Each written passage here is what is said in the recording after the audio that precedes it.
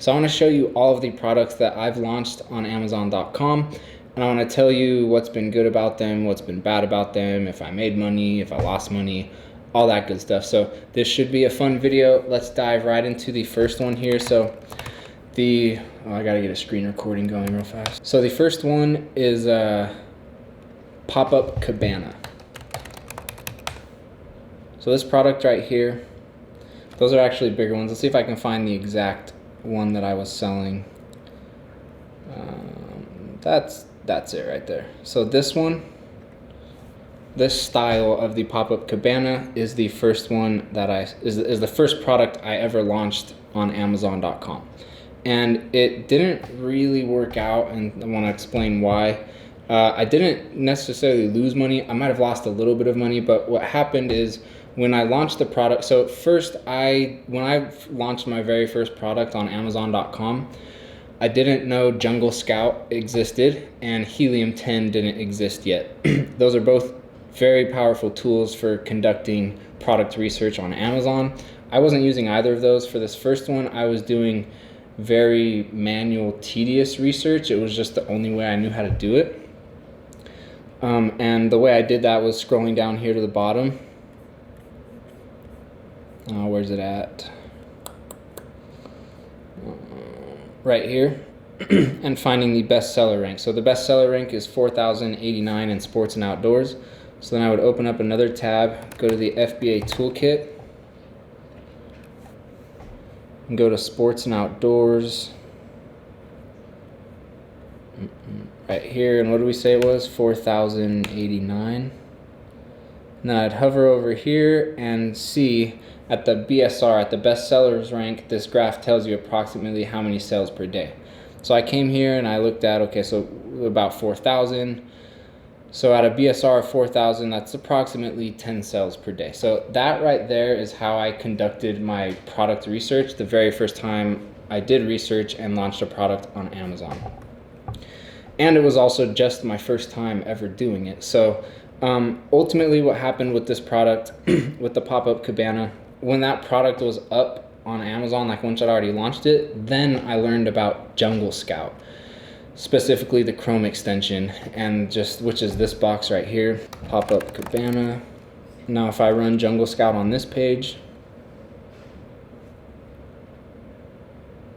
this is the Jungle Scout Chrome extension, this data box, and it pours all the data that you could need into one box. And so, again, like I just explained, I was doing very manual, very tedious, very long-winded type of research, and that's how I came up on Pop-Up Cabanas. But then once that product was already up and I learned about Jungle Scout and how all this data just gets flooded into one box, then I was like, oh wow, I can do product research way more efficiently now. And so what I decided to do, since the Pop-Up Cabana wasn't like selling like hotcakes, I decided to just drop that to basically break even. I maybe even did it a little bit under break even, and I just let that sell through as fast as I could. Because what I wanted to do was just get rid of that one and be done with that one and move on to the next product, because I so clearly knew and realized that this Jungle Scout tool was going to make a big difference for how I did product research and how I launched products on Amazon moving forward. So once I figured all that out, I was like, okay, it's just, that was a good first one. I'm not going to lose all my money on it. I'm going to recoup most of it. So drop that down to basically break even, let that sell through, do product research, and get the next product up. So that's exactly what I did. First, let's go over, I've got the original invoice from these Pop-Up Cabanas. So Cabana, let's see, Cabana, where is it at? Numbers, is that where I have it? PI for Alex. Yeah, I think this is it. Yeah, so here's the purchase invoice. So I spent $3,000 on 200 units. That was my first product I ever purchased from Alibaba, or I guess not, from Alibaba.com for Amazon, because I'd purchased some stuff from Alibaba.com for Kickstarter products that I'd done. But for Amazon, this was the first purchase order that I placed with Chinese suppliers for Amazon FBA purposes. So 200 units, $3,000. That was my very first order. And like I said, I probably recouped I don't know, maybe 2,400 of that, because I also spent some on getting reviews. So yeah, I lost a little bit on that one, but I wasn't too concerned about that, like I said, because I figured out, wow, I can really do a lot better with product research now and find products and just find better products to launch. Okay, the second product that I launched once I figured out how to do product research using Jungle Scout, it was a lot more efficient. And I found this product right here, iPhone SD card reader. And this product is just an SD card reader for iPhone. So it's you plug your SD card into it, plug it into your iPhone, and then you can download your images and videos off of your SD card onto your iPhone. This product did extremely well for me. It's now priced a little bit lower than when I was selling it. I'm no longer selling it. And the reason that I'm no longer selling it is it just eventually became not super profitable. So I sold it for over a year. I probably sold it for 15 to 16, 17 months, something like that, and did well over 100,000 in sales. So like, it was a really good product, made me a really good, nice chunk of money. So the reason I stopped selling this is basically just because these adapters are made by third-party people. Apple doesn't make adapters for their products themselves. Third-party people do. So when Apple makes a change or an upgrade or does something different with the tech in their devices, or sends out a new update, a new software update that changes some things, then that can actually just completely void these adapters. And that's what happened with this one. So I was originally buying them per unit for like $2 or $3, and then Apple sent out an update to change things. So they had to change the tech in the adapters, like the actual hardware in the adapters. So then it made it like $5 or $6 a unit. And I was able to keep selling that upgraded one well for a little while, probably like 4 or 5 months. And then some other change happened and it just kind of messed things up enough to the point where I was like, all right, I'm not gonna reorder another batch. I'm just gonna let that one fizzle out. But so here's the thing with this product. One thing I recommend when doing product research is to try and find evergreen products, like products that are selling well now and will still be selling well 10 years from now, so to speak. But in this case, like, I knew when I was launching this product, because of how tech works and how fast things change and upgrades and new features, like, it changes too fast. And so I knew that this one had a very limited life. I got more life out of it than I actually thought I would. But yeah, that's just one thing with these kinds of products, right? Like, Apple sends out one little update and it changes the whole thing. But like I said, I sold this product for well over a year. It did really well for me. I'm super stoked that I found it and started selling it, but it did have a limited lifespan. The next product that I decided to launch was an inverted umbrella. And this is a really interesting one. This was a really good learner for me. I learned a pretty big lesson through this one. So these are the umbrellas right here. These ones with the little C hook, and they basically just fold out the opposite way. We come over here and look at my orders for, so again with this one I did a small test run of 30 units, and then the next one was 200 units. And as you can see right here, those 200 units cost me $15.35. Per unit price was $4.70. And so this was actually a pretty good product. It had a healthy margin. The demand was really good. But what I didn't realize, watch if I click into this one right here. Look at look at how many different variations of this product that they're offering. But I'm not even going to count those. There's a ton, right? And so that means they have to purchase inventory for each one of those variations, and they have to send that inventory to Amazon, and they have to house that inventory in those warehouses. And so what I did when I first launched, so I had Cloud and Cosmic Rain. So I did 2 different types of umbrellas. And again, I got in fairly early on this one, so it was growing as I was getting into it. And what happened is suppliers, as you can see right here, just started coming out with tons and tons and tons of different variations. And so I had 2 options. It was either start competing on the variation level and come up and start selling a bunch of different variations, which means that I would have had to spend a bunch more money on inventory to have inventory for all those different variations. And so I just ultimately decided I would rather launch a different product that didn't require tons and tons of variations instead of investing money into a bunch of variations.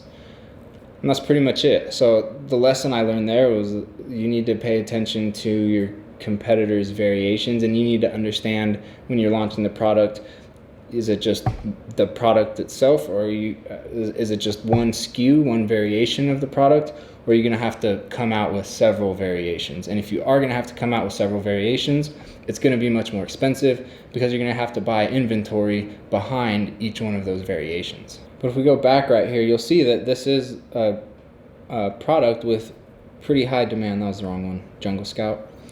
This is a product with good demand. The issue for me was just I didn't want to invest all the money in all of the different variations. So if we look right here, sort the sales column, high to low.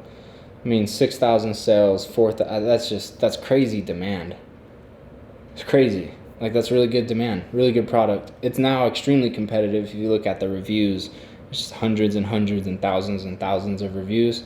So not smart to jump in here right now. And on these, I probably made a little bit money. I don't know exactly how much I made out with on these ones, but I probably did make a little bit because there was and still is such high demand. I was able to get through my inventory. Again, the issue was just if I wanted to get to the top positions, be one of the top sellers of inverted umbrellas, I had to build out a bunch of different variations, and I just didn't want to put all the money behind that. All right, this next product was an absolute 100% complete failure. Lost all my money on it, but luckily it was a super cheap product to buy. So it was the Chicago W flag, and this was when the Chicago Cubs went to the World Series, and I was doing research right at that same time, and I saw that this W flag was just in crazy high demand, and I saw that a bunch of different sellers were selling it. So I didn't really look into it too much as far as patents, copyrights, licensing, all that stuff. I just didn't. I just went to Alibaba, got an order, had them send it to the warehouse. And it started selling really well, but on like day 6 or 7 or within like a week and a half or something like that, Amazon took it down, and they explained to me that I'm not allowed to sell that product, and nobody is unless they're licensed by the MLB. So that was a complete flop. I don't think I have the invoice for this one. Let's see. I don't have the invoice for this one, but it was like I ordered 200 flags, and each flag was like $1 or something. So I lost probably a few $100s on these ones. Next product that I sold was the iPhone splitter. This kind right here is the kind that I sold. Just sold it in a different color. I was just selling them in white. And man, this one I made so much money off of this one. And what was so great about these is they were like $1 a unit. So I was able to get it started for super, super cheap. I think I spent like $200 or $300 to get it started. And man, did it take off right away. Immediately just stocked out. Next, reordered, placed it in there, stocked out. So then I was like, all right, I gotta buy a bunch of these. And so I started buying like 1,000 of them, 3,000 of them, and they started selling like crazy. Now, a couple of issues here. It was a low price point. So I was selling them for, like this one's selling for $9.99. It's about right. I think I was hovering around $8 to $10. And that's not, so let's say it's $10 minus about the $4 that Amazon's going to take, minus let's say another $1 for the cost per unit and shipping it and all that. So let's say you sell it for 10, you got to subtract 5, so you've got about a $5 profit margin. If you run PPC, then that's going to knock that down even more to maybe like a $3 or $4 profit margin. And that's what I did, by the way. I ramped up PPC very high, and the whole idea was to sell as many of these as possible.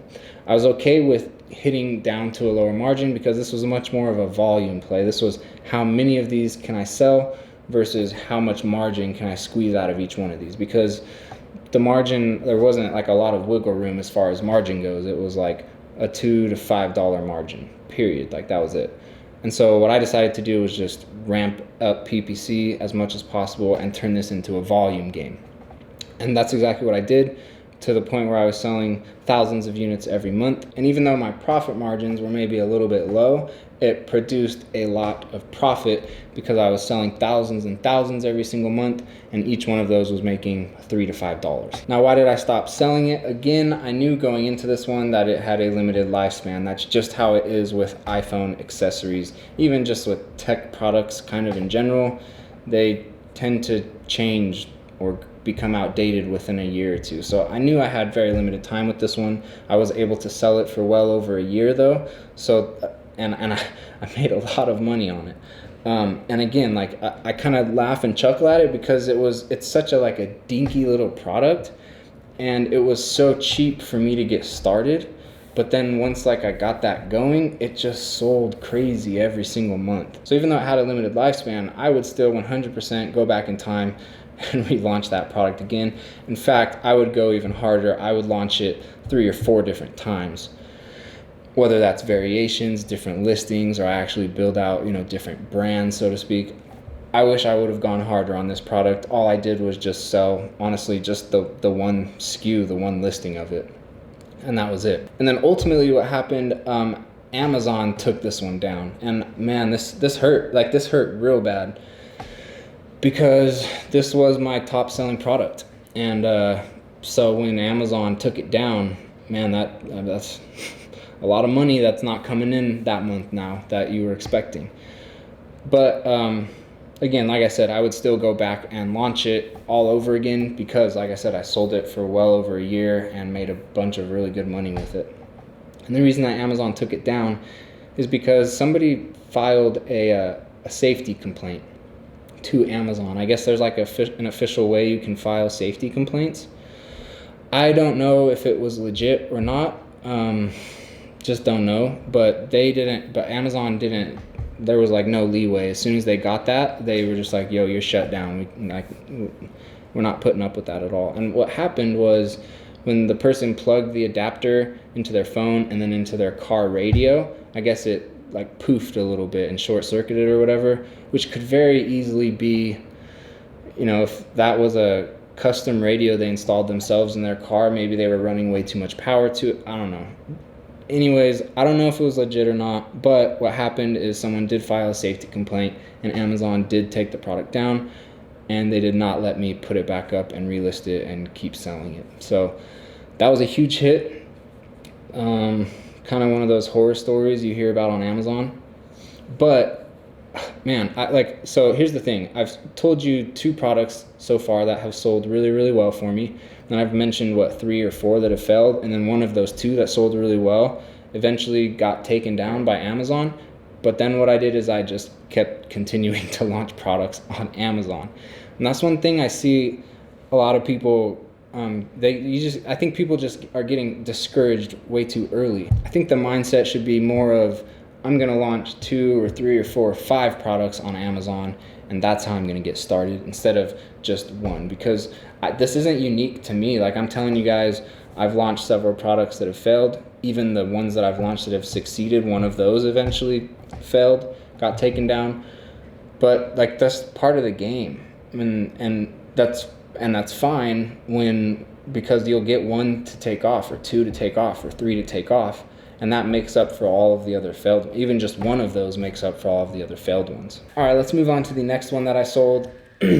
And speaking of losing money on products, I lost a lot of money on this one. This product is fidget spinners. I'm sure you guys remember when these popped off. So how this went down for me, I caught it very early. And when I caught it, fidget spinners were selling on Amazon for $24.99. So I went and I bought fidget spinners from Alibaba suppliers for $3 or $4 a unit, and listed them and was selling them on Amazon for $25. Crazy profit margins.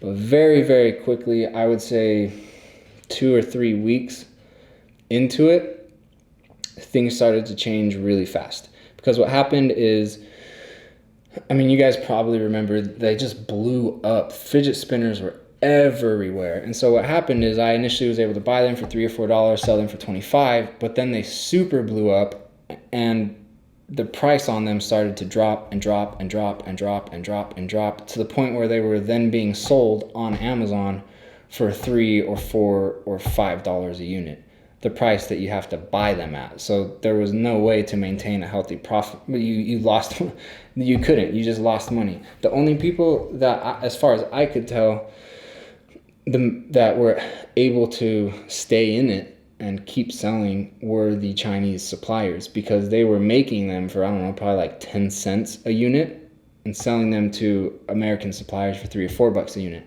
But they could make them for 10 cents a unit and list them on Amazon for $4 or $5 and come out with a healthy profit margin. And because they were so high in demand, they could have $1 profit margin on their fidget spinners or even less, but sell 3 or 4 or 5 or 6,000 of them in a month, and they're still making good money. But when that started to happen, it screwed everything up.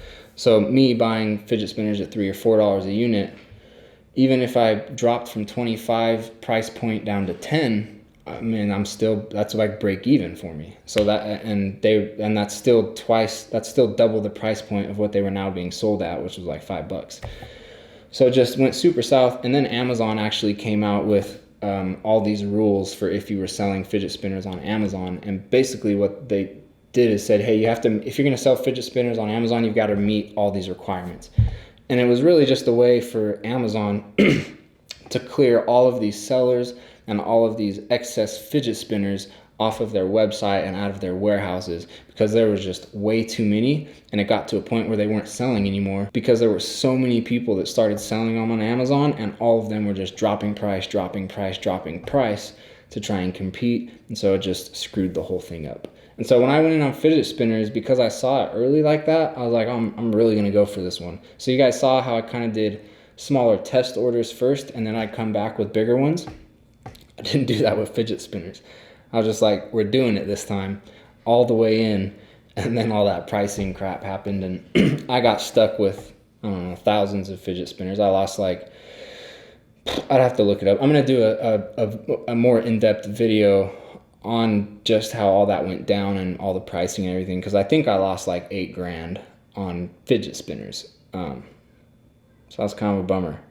But I did learn two good things from it. One, I was able to identify a very big trend very early, which is a really good thing to be able to do, even though I wasn't able to execute it on it in the best way. And then two, I learned how chasing a trend can go down. Like maybe it will work out really well, but in this case, it didn't. And honestly, being able to sell it at a $25 price point at the beginning, I never anticipated it dropping to a $4 price point. Like I didn't foresee that at all. So those are some good lessons learned from fidget spinners. All right, the next one is, and by the way, if you haven't noticed already, each one of these has kind of been an odd, outlandish, you're not just gonna think of that type of product off the top of your head. They're weird. Like it's common that happens on Amazon when you're finding products to private label and sell on Amazon. It's oftentimes the weird, quirky, odd ones that you've never seen before, that you would never think of off the top of your head, that end up being the good ones to source and sell on Amazon. And so, I mean, most of these have been that so far. This is definitely another one of those garden claw gloves. And that's these right here. The reason that these showed such high demand when I first came across them, I found out a little bit later on, was because they were on As Seen on TV. So there's a big promotion for these, ran on a big TV show, and that got them to get traction. And actually what I figured out from that is that a lot, if not all, of As Seen on TV products, when they launch, when they're like promoted on As Seen on TV, they often right afterwards end up on Amazon, selling on Amazon. And they often have decent demand right then and there, but because it's a promotion through a TV show, and that's what kind of gets them the traction, that traction doesn't hang around, it fades away. So that's what happened with these ones, is got on there, started selling them, was doing fine, but then just that demand for them just tapered away because it was originally just a TV promotion that got them that traction in the first place. But these ones were super cheap to get started, very low cost per unit, and I did make a little bit of money. I probably made like, I don't know how much, but I made a little bit of money on these ones.